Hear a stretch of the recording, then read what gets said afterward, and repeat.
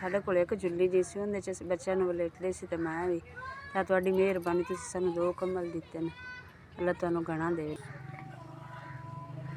ਲੂ ਮੈਨੂੰ ਬਿਸਤਰਾ ਮਿਲ ਗਿਆ ਹੈ ਕੋਲ ਜੀ। ਸਿਆਲ ਵਾਸਤੇ ਬਿਸਤਰਾ ਕੋਈ ਨਹੀਂ ਆ। ਹੁਣ ਸਿਆਲ ਜਿਹੜਾ ਨਾ ਸੁੱਖ ਦਾ ਟੱਪ ਜਾਸੇ। ਕੰਬਲ ਮੈਨੂੰ ਮਿਲ ਗਿਆ, ਮੈਨੂੰ ਮਿਲ ਗਈ ਹੈ ਤੇ ਸਾਡਾ ਸਿਆਲ ਲੱਗ ਜਾਸੀ। ਤੁਹਾਡੀ ਮਿਹਰਬਾਨੀ।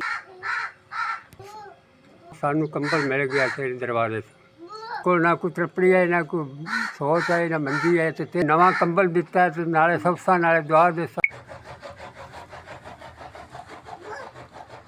ਸਮੇਂ ਰਜ਼ਾਈ ਹੈ ਕੰਬਲ ਜਿਹੜਾ ਸਿਆਲ ਮਾਂ ਨਿੱਕੇ ਨਿੱਕੇ ਬਾਲ ਆ ਅੱਛਾ ਸੋ ਚਾਹ ਕੋਈ ਨਹੀਂ ਇੱਥੇ ਜੋ ਗੁੰਜਾਇਸ਼ ਹੈ ਕੋਈ ਨਹੀਂ ਜਿਹੜੀ ਬੰਦਾ ਲੈ ਜਾਵੇ ਕੁਛ ਆ।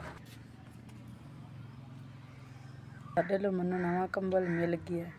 ਸਾਡੇ ਲੋ ਬਿਸਤਰੇ ਨਵੇਂ ਨਹੀਂ ਸੇ, ਅਸੀਂ ਬੜੇ ਪਰੇਸ਼ਾਨ ਆ ਵੀ ਸਾਡੇ ਸਿਆਲ ਕਿਵੇਂ ਨਿਕਲਣਾ। ਛੋਟੇ ਛੋਟੇ ਬੱਚੇ ਸਨ, ਸਾਡਾ ਸਿਆਲ ਬੜਾ ਔਖਾ ਨਿਕਲਣਾ ਸੀ, ਲੇਕਿਨ ਤੁਸੀਂ ਬੜੀ ਮਿਹਰਬਾਨੀ ਕੀਤੀ।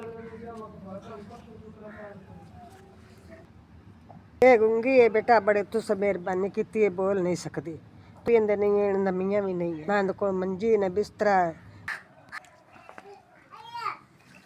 ਲੋ ਕੰਬਲ ਮੈਨੂੰ ਨਵਾਂ ਮਿਲ, ਮੇਰੇ ਕੋਲ ਕੋਈ ਗੁੰਜਾਇਸ਼ ਨਹੀਂ ਹੈ। ਇਹਦੇ ਵਿੱਚ ਸੌਸਾਂ ਤੇ ਮੇਰਾ ਸਿਆਲ ਸੁੱਖ ਦਾ ਲਾਭ ਜਾਸੀ। ਮੈਨੂੰ ਕੰਬਲ ਮਿਲ ਗਿਆ ਹੈ। ਬੁੱਢਾ ਬੰਦਾ ਵਾਲੀ ਵਾਰਸ ਹੈ ਕੋਈ ਨਹੀਂ। ਰਾਤੀ ਇਹਦੇ ਸੌਸਾਂ ਮੈਂ ਤੁਹਾਨੂੰ ਦਵਾਈ ਦੇ